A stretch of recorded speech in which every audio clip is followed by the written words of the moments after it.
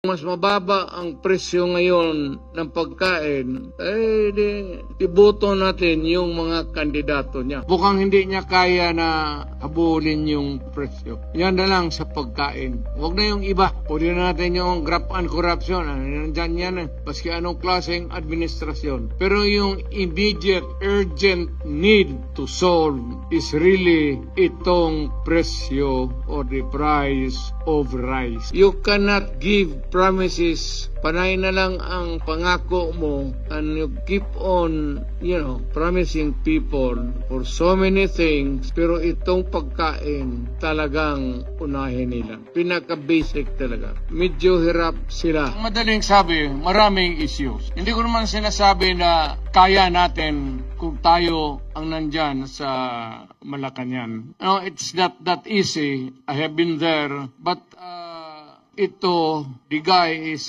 simply taking his time to come up with the solution of the problem. So kagaya nitong bigas, which is really tumatama yan sa tiyan pati sa puso ng Pilipino, hindi niya nakuha yung pinaka. Either is subsidized or whatever, but it goes on up and nahihirapan po ang Pilipino to cope.